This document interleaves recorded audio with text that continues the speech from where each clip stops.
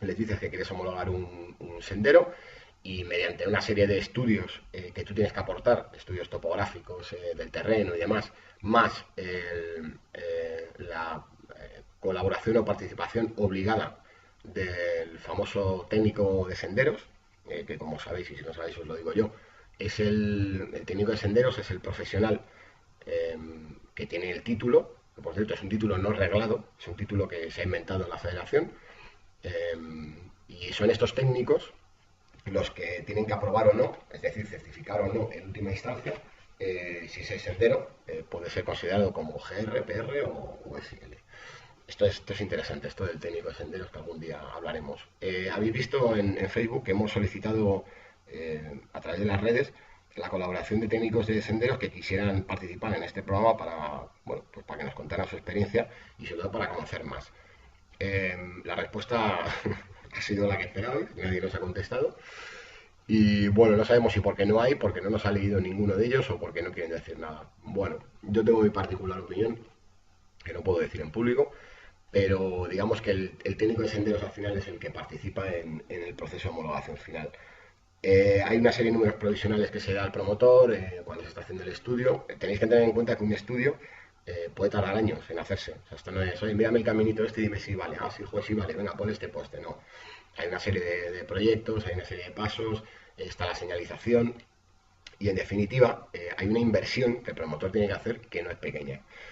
¿Esta inversión en qué se divide? Pues se divide en las tarifas que tiene que pagar la federación, que cada federación tiene la suya, por cierto, y la inversión que tiene que hacer en señalización. Pero no solamente eso, el promotor tiene que hacer una inversión también en la adecuación en adecuar los caminos a las especificaciones de la federación. Quítame esos arbustos de ahí, alísame esto, quítame allá esas pajas, quítame las otras. Bueno, una serie de historias que al final convierten la homologación de un sendero en, bueno, pues en un ritual. A ver, no sé si es caro o barato. Yo las cifras os las voy a dar así en bruto y vosotros decidís. Como os decía, las tasas de homologación, cada federación tiene las suyas. Os puedo contar, por ejemplo, que la Federación Navarra te cobra 60 euros el kilómetro en los senderos de gran recorrido. En los senderos locales te cobra 500 euros, que es un precio fijo, y luego en los senderos, en los PRs, aplican una tabla, estoy hablando de la Federación Navarra, aplican una tabla que dependiendo de los kilómetros y el desnivel que tiene el PR a estudiar, pues va desde los 500 euros hasta los 1.200 euros. Luego, todas estas tasas tenéis que tener en cuenta que lo que incluyen es una serie de servicios que en cuanto te sales de esos servicios tienes que seguir pagando. En este caso, en la Federación Navarra, por ejemplo, estos importes de los que os estoy hablando cubren 3 visitas realizadas por un técnico de senderos. Si el técnico de senderos tiene que ir más veces, porque la federación se le pone en la nariz que vaya más veces, tienes que pagar más. Hay que pagar dietas y pagar otra serie de historias, ¿vale? O sea, vais tomando nota, ¿no? Bien. Os he hablado de la Navarra, en la Federación Cántabra, por ejemplo, por la apertura de expediente, es decir, tú vas, hola, buenas, quiero homologar esto, te clavan 200 porrazos, así, nada más entrar por la puerta.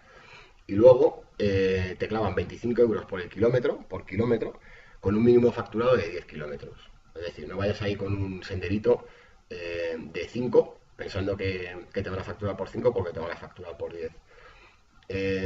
Eso con respecto a la cántabra. La de Castilla y León, por ejemplo, te cobran 300 euros por inscripción y homologación. Y luego, para los GRs te cobran 21 euros el kilómetro. Y también, no he encontrado en este caso las tasas de los PRs y los SLs en Castilla y León, pero en el caso de los GRs, que es 21 euros el kilómetro, incluye una serie de gastos, o de mínimos o de máximos, mejor dicho, eh, que si te pasas de ellos, vaya, tienes que seguir pagando, ¿no? Entonces, bueno, pues tiene una revisión técnica, tiene la revisión de una serie de kilómetros y si te pasas de ellos tienes que seguir pagando, bueno, una historia. Me ha apuntado de Castilla-La Mancha una frase muy curiosa en su manual de homologación, para que os hagáis una idea de a cómo está el kilómetro de homologación o cómo funcionan las federaciones en general con este tema. Os voy a leer una frase, vamos, yo la leí y me partió de la risa. Dice, la Federación de Montaña Castilla y León en este caso de Castilla y León, perdón, de Castilla-La Mancha, en su documentación de homologación puede incluir cualquier condición siempre y cuando no sea contradictoria con su manual. Bueno, bien. Y puede establecer las tasas de homologación que considere oportunas. Bueno, os hacéis una idea de cómo funciona esto, ¿no? Eh, si quieres homologar, te vas a la federación que te pille más cercana en tu comunidad y ahí te informan del rajón que te van a meter. Que vosotros diréis, ¿es mucho, es poco al final? Por cierto, todo esto vale, sirve en todas las comunidades excepto Canarias. ¿Por qué? Porque en el año 2005 eh, la Administración Canaria le quitó a la Federación Canaria de Montañismo y por ende a la Federación Española, le quitó, digamos, eh, ¿cómo se dice? La responsabilidad a la hora de homologar senderos en Canarias se la quitó a la Federación de Montaña y se la otorgó a la Administración Canaria. Y vosotros diréis, ¿por qué? ¿Qué sentido tiene eso? Bueno, para mí tiene sentido cuando yo compruebo, viendo los presupuestos que hay y de dónde sale ese dinero, digamos, el negocio que hay metido en esto de los senderos. Entonces, entiendo, esto es un suponer, que la administración canaria dijo, oye, perdona, pero con todo el pastón que se está moviendo aquí para arriba y para abajo, primero vais a pasar por aquí y luego, si yo considero adecuado o conveniente que la cosa llegue a la federación, llegará. Pero aquí, para homologar un sendero en las Islas Canarias, primero tiene que pasar por la Administración Canaria. Y luego ya veremos. Eso sí, digamos en el BOE, donde he encontrado el decreto, donde se le quitaba, donde se le regulaban las condiciones para la ordenación y homologación de senderos, si se mantiene, lógicamente, digamos, se le concede a la federación, no se le quita, a la Federación Canaria, en este caso, con la española, el uso de las marcas registradas, que sí, que sigue siendo de la federación. Pero digamos que en Canarias le dieron la vuelta a la tortilla y dijeron, bueno, pues aquí cualquier promotor que quiera homologar algo se tiene que dirigir a nosotros, a administración o cabildos, que es lo que hay en Canarias, y luego nada, nosotros ya dispondremos. Bueno, darle una vuelta a por qué esto está hecho así. A mí se me ocurren muchas razones. Os quería poner, al final ya, os quiero poner una serie de ejemplos de proyectos que se han llevado a cabo, que he encontrado de señalización, para que os hagáis una idea de lo que cuesta. Me parece muy curioso, por no decir curiosísimo y casi denunciable, el tema de Navarra. En Navarra, desde el año 2007, se han invertido 426.000 euros en señalización de senderos. A mí esto me parece una pasta, me parece un pastón, pero me parece un pastón además si tenemos en cuenta que ese dinero sale de vuestro bolsillo y del mío, porque es dinero público, y además se trata de inversiones muy cortas en el tiempo. Por ejemplo, en el 2006 se invirtieron 346.000 euros en recuperar senderos que habían sido deshomologados, porque la federación te puede quitar la homologación de senderos que previamente te ha dado si tú, en un plazo de tiempo que tú acuerdas con ellos, no lo has conservado adecuadamente. Entonces,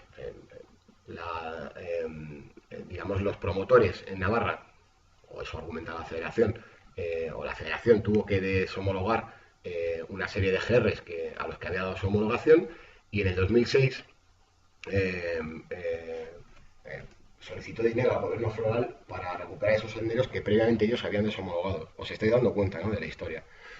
Y, y bueno, se le concedieron 346.000 euros. 5 años más tarde, en el 2011, el gobierno foral de Navarra vuelve a dar otros 80.000 euros a la federación para la recuperación, marcaje y mejora de los senderos de gran recorrido.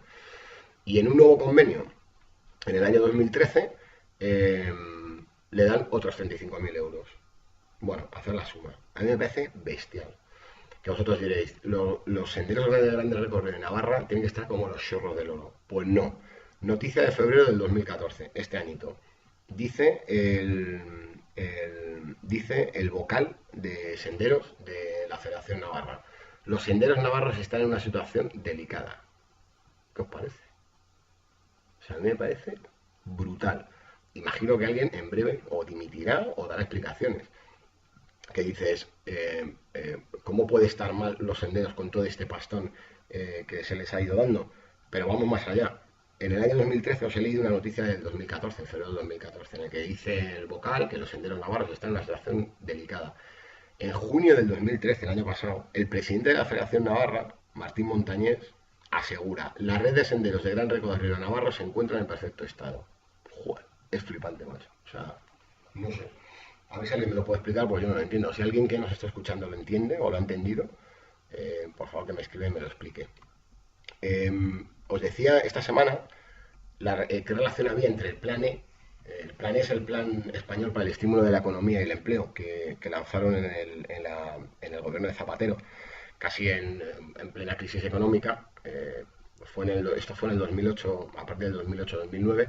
El gobierno Zapatero, en un plan, diseñó y ejecutó un plan que se llamó el Plan Zapatero, que lo que se trataba era de estimular un poco la economía, ¿no? Os decía esta semana qué relación había entre este plan y la recuperación de senderos, que en un principio diréis: joder, pues nada.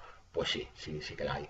Este plan, estoy seguro que en vuestros pueblos, barrios, etcétera, habéis visto carteles de, de, que anuncian este plan. Y si no lo habéis visto, fijaros, porque seguramente veréis más de uno que se han quedado, bueno, pues en las cunetas de caminos que se arreglaron con este dinero, de carreteras, quiero decir, en puentes que se reconstruyeron.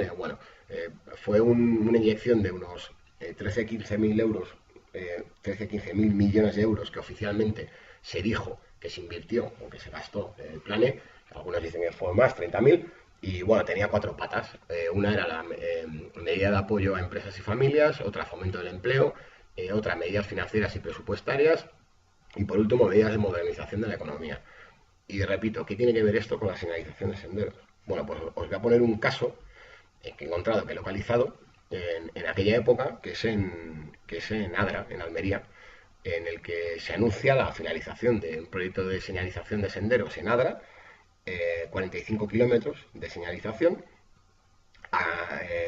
que fue cargado contra el plan este que os acabo de comentar, por un valor de 85.000 euros. Que, bueno, si queréis podéis hacer unas, un cálculo así muy rápido de 85.000 entre los 45 kilómetros que dicen que han señalizado, y la cosa sale a casi 2.000 euros el kilómetro señalizado de sendero. Todo esto salió del plan E. El plan E, que repito, que fue un plan de estímulo de la economía que se aprobó en el 2008-2009. Buah, no está mal, ¿eh? Hay más, ¿eh? En La Gomera, nos vamos ahora a La Gomera y las Canarias, se aprueba el plan de gestión de la red de senderos, un programa que iba del año 2008 al 2013, con una cuantía de 5 millones de euros. 3 millones que ponía el Ministerio y 2 millones que ponía el Cabildo. Voy a repetirlo. Plan de gestión de la red de senderos, 2008-2013, 5 millones de euros. Os recuerdo que en las Islas Canarias, desde el 2005, quien gestiona la señalización, la recuperación, homologación de senderos es la Administración. Y voy a volver a repetirlo. Plan de gestión de la red de senderos, 2008-2013, 5 millones de euros. Ahí lo dejo. ¿Queréis más casos? Uno más, para que os hagáis una idea. El Camino del Cid, que algunos lo habréis hecho, que pasa por varias provincias. El Camino del Cid, sí es cierto que digamos, un camino en el que se actúa todos los años. No digo que no sea necesario, digo que se actúa todos los años. O sea, no quiero decir nada que no esté diciendo. Y la última que yo he encontrado documentación data del año 2012, donde se invirtieron 15.000 euros en la revisión de 1.500 señales. A ver, tenéis que tener en cuenta que todo este dinero que hasta ahora os estoy hablando, o sea, toda esta pasta, eh, es pasta que sale de vuestro bolsillo y del mío. Que no estoy diciendo nada más que lo que estoy diciendo, que sale de vuestro dinero, de vuestro bolsillo y del mío. Y estamos hablando, en algunos casos, de millones y millones y millones de euros. También con eso os quiero decir que si algún día vais por algún camino, por algún GER, algún PER, algún SL, que está en mal estado, que las señales no sé qué, que las señales no sé cuánto, que exijáis de inmediato su resolución, que lo denunciéis y que no aceptéis caminar por senderos que habéis pagado vosotros y que están en un estado deficiente o lamentable. Si además os pica un poco y queréis conocer cuánto ha costado ese sendero, solamente os tenéis que enterar de en qué, digamos, municipio estáis, dirigiros al ayuntamiento más cercano al que pertenezca a ese tramo donde estáis y solicitar la información que tiene la obligación de daros. Otra cosa es que os la den o no la den. Pero bueno, es un ejercicio, o será un ejercicio bastante interesante. es el ejercicio este que hablábamos el otro día de cuestionarnos cosas. A mí me gusta cuestionarme